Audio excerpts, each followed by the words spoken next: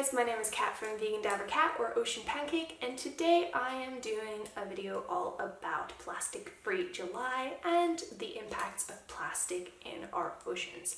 As we know, plastic is extremely detrimental to the whole world around us, and today we're going to be focusing on what plastic does in the beautiful deep blue sea. As always, thank you so much for being here with me today. Make sure to check out my podcast, which talks to experts all over the world about all sorts of things, plastic issues, whales, turtles, just anything you may be interested in terms of ocean stuff.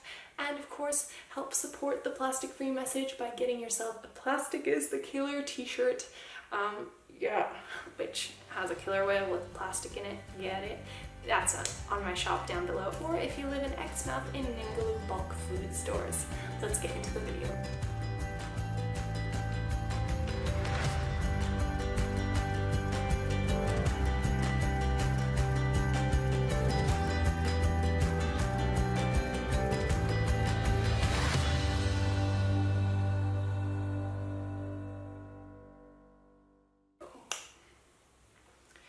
So I'm going to split up this plastic issue into kind of two sections. One, we're going to talk about the big plastics, and two, about the microplastics. Now, when we're talking about big plastics, basically anything that isn't a microplastic, we can be talking about anything from water bottles, bags, straws, and all these things that as zero wasters or people who want to take care of our planet, we have already eliminated from our lifestyle. And we don't buy them, we try and avoid single use and all that. This is of course because these are the items we find mostly on beach cleanups, along with cigarette butts, which are an enormous amount of waste that we find in the oceans. And not only do they have plastic in them, but there's also a whole bunch of other toxic things which impacts marine life, but that's for a whole different video. And also flip-flops or thongs, depending where you are in the world. So these are all items that we find a lot on plastic cleanups. We know the solutions for this, of course. As consumers, do not buy them and create a deficit, decrease the demand essentially, and let the companies hear that we want high quality, non-single-use plastic products. We are seeing a lot of movement all over the world with this, and it's great. Now, with those kinds of items, we see them washing up on shores. I've seen them blocking turtle nests. They line beaches, essentially making it a lot harder for species of turtles, such as green turtles, to come up to the beach and find an appropriate area to nest. If they do nest amongst all this trash, the babies sometimes get actually trapped underneath the trash, and it takes them significantly longer to reach the ocean. Now, since baby turtles will emerge right at the changing of temperatures, so when it cools down a lot, like at dusk or dawn, in the morning if this happens and they emerge while it's still cool and they're trying to get through all these walls of trash, but they get stuck underneath some trash, and then the sun rises and then they eventually manage to make it through this wall of trash, they may burn up on the beach. I saw this happen in Comoros in Africa, and it was absolutely horrifying. Within minutes, I saw about 20 to 100 turtles fry on the hot sand because it had taken them so much longer to get out of their nest to the water than it normally would have because of that mountain of trash. We have also seen the footage of the turtle with the straw up its nose. We have seen crabs and other sea creatures like octopus making homes in plastic pieces. And this is not natural, and it's completely changing the landscape of the marine environment. So yeah, that is kind of the impact of these medium-sized items. Now, a stick that we find a lot on beach cleanups are actually single-use razors. Now, just like toothbrushes, single-use razors are not necessarily single-use, but they're still used and then disposed in a landfill. Leaf Shave creates plastic-free razors, which are just as easy to use as the plastic ones, except they have no plastic waste. I cannot recommend this company enough. I have been using it for a year and a half, absolutely love it. All you need to do is just switch out those blades, and yeah, in one pack that you buy, you can shave for a whole year. If you're a man, if you're a woman, if you're a child, if you're a dog, I don't know, but you have no plastic, and instead you're supporting a company that is supporting protecting our marine creatures from the terrible, terrible thing that is plastic. So head down below, Leaf Shave. Thank you guys so much for sponsoring this video. Let's get back into it. Of course, the item which actually makes up most of the plastic pollution in our oceans, 86% of the large plastics found in the Great Pacific Garbage Patch, is fishing nets. Now, fishing nets and commercial fishing is an enormous source of stress on our oceans. Not only is it the single greatest individual thing that actually gets left behind in the oceans whenever it gets trapped on a reef, or just simply, I don't know, do they just throw it overboard if it breaks? I don't know. But it is an enormous source of plastic that not only captures sea creatures while it's floating on the surface and then gets so filled with sea creatures that it actually descends to the bottom of the sea, where those sea creatures die and decompose. And as they decompose and all the crabs and crustaceans eat away at the flesh, the nets will actually rise back up to the surface. These are called ghost nets, and this will just keep cycling. So not only are these massive ghost nets in our oceans killing once, but they are going through the cycle again and again.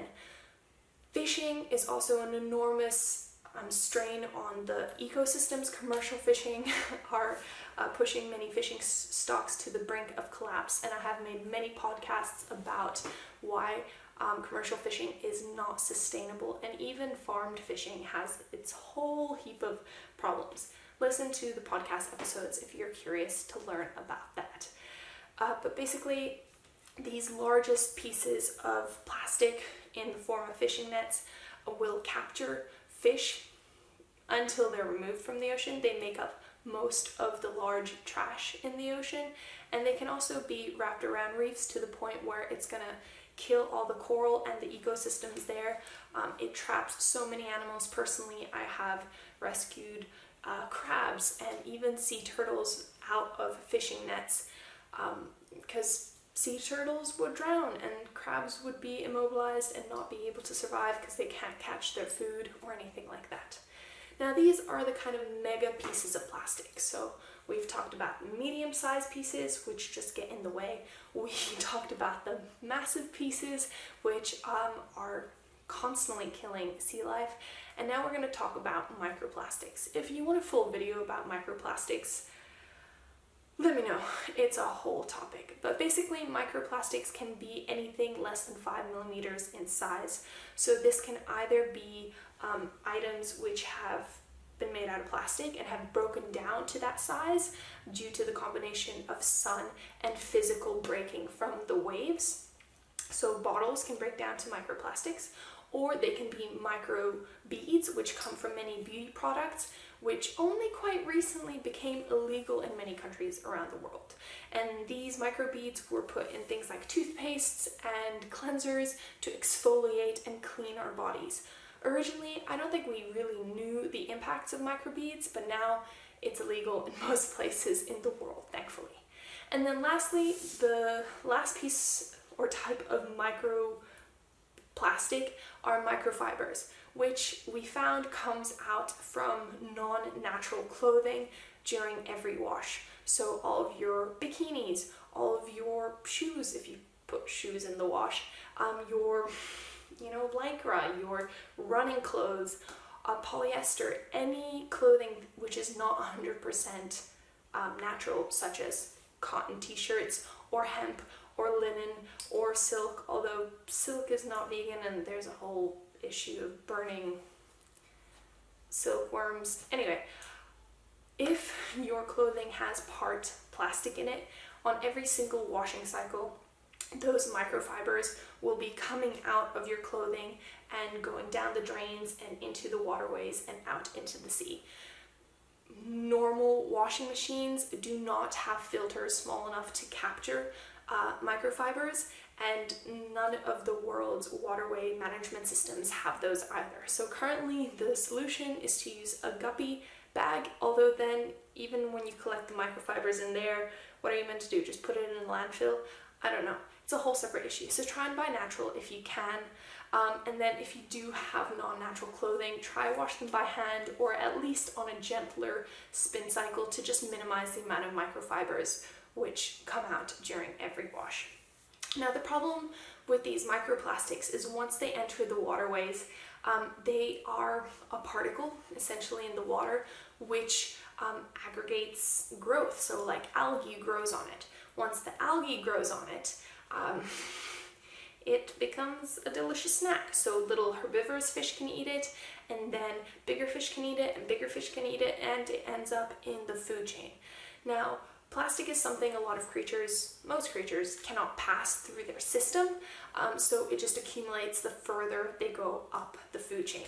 This can have impacts such as methane emissions in the stomachs of turtles, and if there is that much gas buildup, they'll actually start floating, and it's called floating syndrome, and they are much more at risk of being eaten since they can't dive down, and since they can't dive down, they can also not eat, or they can be struck down by a boat. So a lot of turtle rehabilitation areas actually collect these turtles which float on the surface, and the only way to help them is to basically give them laxatives to help them pass the plastic. So that's what can happen to turtles. Now we know marine birds are getting more and more of these microplastics, small plastics, into their systems through eating fish and so on and so forth. And one of the biggest concerns for seabirds like albatross is that they eat a lot during one part of the year, and then they feed their chicks, and then they're required to fly enormous distances on just the fat reserves they have in their body. Since they have plastic in their stomach, they're not able to consume as much nutritional food, actual food, that they need to survive these long journeys. And a lot of the chicks are potentially not going to be able to be big, fat, and strong enough to make these flights. So there are theories that potentially albatross will die out in the next few generations because albatross mate for life. They only have one chick. They put all their energy into rearing this one chick, and if so much of that chick's food is now plastic, it's not going to have enough energy to fly the long distance it needs to have. Not to mention that plastic adds to its overall weight without actually giving it any nutritional benefits, so that's a whole separate problem. Now, since the plastic just sits in the stomach of these sea creatures, there are other issues that can happen. So toxins can leach from the plastic into the system of the fish or the other creatures. The creatures can also feel a false sense of satiation and therefore starve to death, and so on and so forth. One of the side effects is, of course, that now humans are theorized to be eating a credit card's worth of plastic every month or something if they eat seafood, and that is just because of all the microplastics that have ended up in the ocean. So yeah, that is just a brief overview of what plastic is doing to our oceans and our marine life, and why it is so important to kind of turn off the tap of plastic on every level. So stop using those single-use plastics. If you can, stop buying plastic-made clothes. We kind of need to look back at our grandparents and yeah, just more of the past, since what we're doing right now is not working. And then, yeah, stop supporting fishing, because fishing nets, ghost fishing nets, that is an absolutely horrible thought to have. And yeah, that is a bit about plastics from me. So I hope you found this interesting, educational. Please feel free to share it with your friends. Let your friends know why it's so important to stop using plastic in our everyday lives. And yeah, if you can, support the plastic-free message. Get yourself a t-shirt, get yourself a plastic-free razor, because that is just one little way that you can minimize the plastic in your life. Thank you guys so much for being here with me today, and I'll see you in the next episode of Plastic Free July. Bye!